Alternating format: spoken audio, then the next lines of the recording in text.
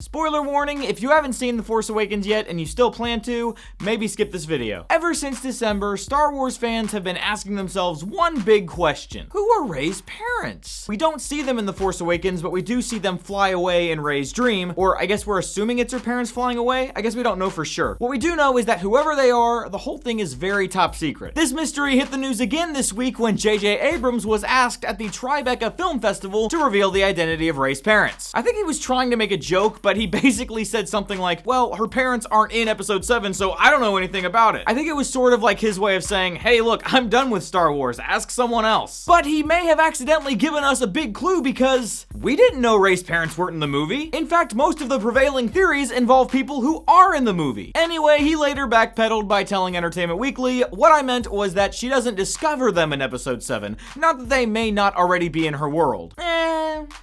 Okay, maybe I buy it. But if nothing else, it gives us a chance to talk a little bit more about not just the identity of Rey's family, but also their importance. See, I'm actually of the opinion that whoever her parents are, it's not actually that important. At least not to Rey. Let me explain. Like, in terms of the storyline of this new trilogy, yeah, obviously, whoever Rey's parents are is gonna end up playing into episodes 8 and 9. But I'm more interested in the character of Rey, not her parents. And The Force Awakens makes it pretty clear that she's a lot better off by letting them go. This is made clear in Maz's cantina when Maz tells Rey, "The belonging you seek is not behind you, it is ahead." Rey's entire arc in The Force Awakens is about learning to let go. It's about no longer looking to the past, but instead looking forward. That's why this moment near the end of the movie is so great, because it's the first time anyone has ever come back for her. This is what The Force Awakens is really about. It's not about figuring out who Rey's parents are. This whole controversy with Rey's parents kind of reminds me of another J.J. Abrams production called Lost. People weren't thrilled with the way that Lost ended because they thought the whole thing was about the mysteries, when really it was about the characters and how they grew throughout the course of the show. So when Lost ended and a lot of the answers to the mysteries weren't quite as exciting as people expected them to be,